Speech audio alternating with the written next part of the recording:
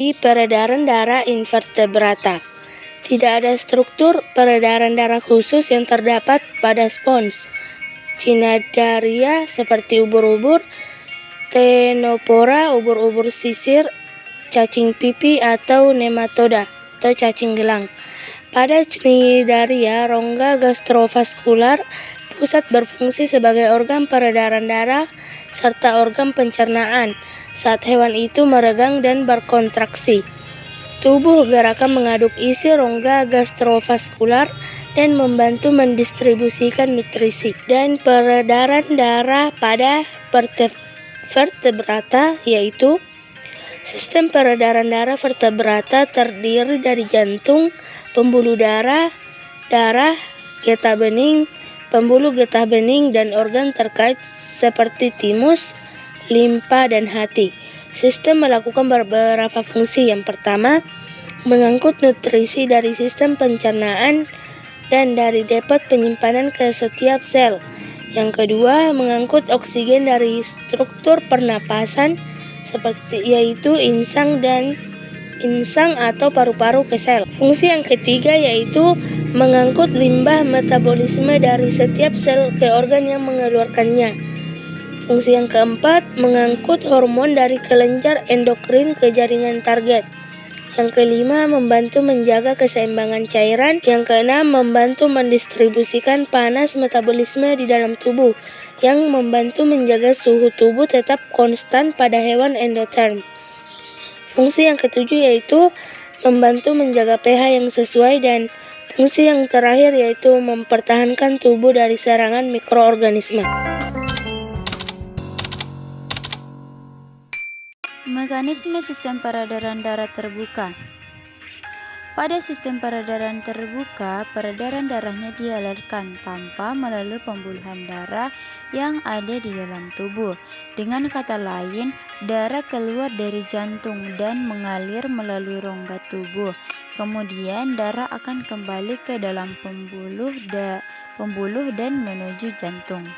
Pun pada sistem peredaran darah tertutup, darah mengalir ke seluruh tubuh melalui organ pembuluh darah.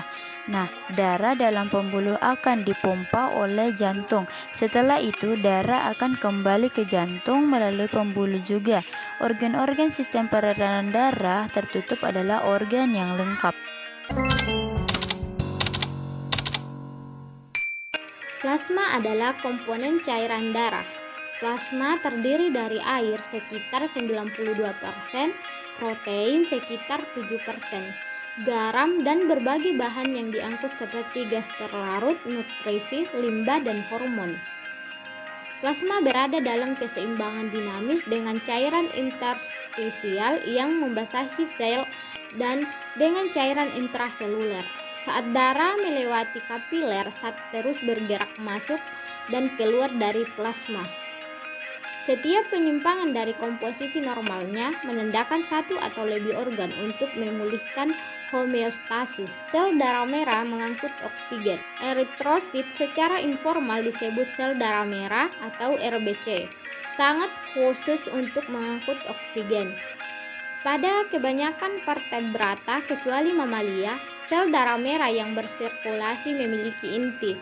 Misalnya, burung memiliki sel darah merah besar, lonjong, berinti. Pada mamalia, nukleus dikeluarkan dari sel darah merah saat sel berkembang.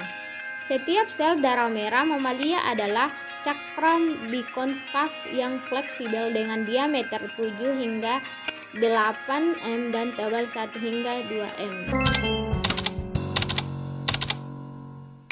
Putih mempertahankan tubuh terhadap organisme penyakit. Leukosit atau sel darah putih yang khusus untuk mempertahankan tubuh terhadap bakteri berbahaya dan mikroorganisme lainnya. Leukosit adalah sel mirip amuba yang mampu bergerak sendiri. Beberapa jenis secara rutin menyelinap melalui dinding pembuluh darah dan memasuki jaringan. Darah manusia itu mengandung 5 jenis leukosit. Diklasifikasikan sebagai granular atau agranular. Kedua jenis ini diproduksi di sumsum tulang merah. Poin kedua yaitu trombosit berfungsi dalam pembekuan darah. Pada kebanyakan vertebrata selain mamalia, darah mengandung sel kecil oval berinti yang disebut trombosit yang berfungsi dalam pembekuan darah. Mamalia memiliki trombosit sitoplasma kecil berbentuk bulat atau cakram yang tidak memiliki inti. Sekitar 300.000 trombosit per liter hadir dalam darah manusia. Trombosit terjepit dari sel yang sangat besar di sumsum tulang.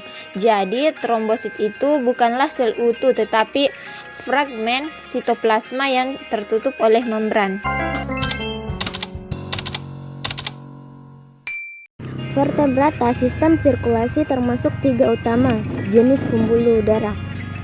Pertama, arteri, kapiler, dan vena. Sebuah pembuluh darah membawa darah dari ruang jantung menuju jaringan lain. Ketika arteri memasuki suatu organ, ia terbagi menjadi banyak cabang yang lebih kecil yang disebut arteriol. Arteriol mengirimkan darah ke mikroskop kapiler.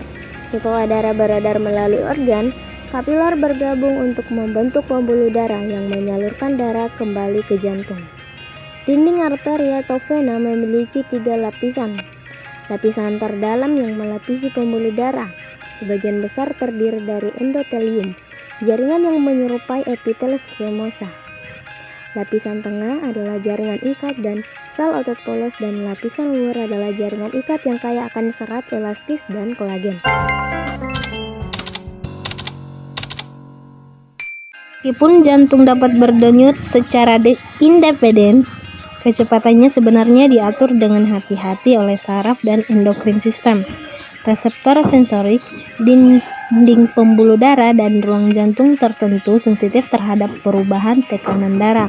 Ketika dirangsang, reseptor mengirim pesan ke pusat jantung di medula otak. Pusat jantung ini mengatur 2 set saraf otonom yang berjalan ke nodus SA, saraf parasimpatis dan simpatis.